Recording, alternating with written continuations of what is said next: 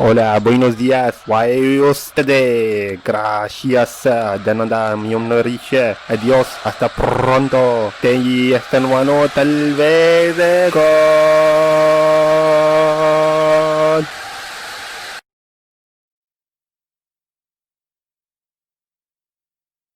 Merhaba, tanıştığınızın memnun oldum. Geçmiş olsun. Boş ver, boş ver, ne olur falan filan. Yok artık, ne güzel kalsan yemek sipariş var mı? Gol, gol, gol, gol, gol, gol, gol.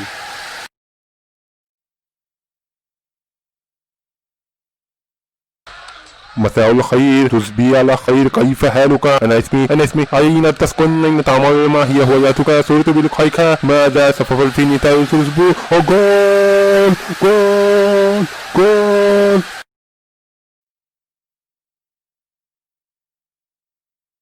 बहुत उम्दा खेलते हुए बॉल को आगे पास किया, बड़ी खूबसूरती से बॉल को लेके जाते हुए और गोल कर दिया।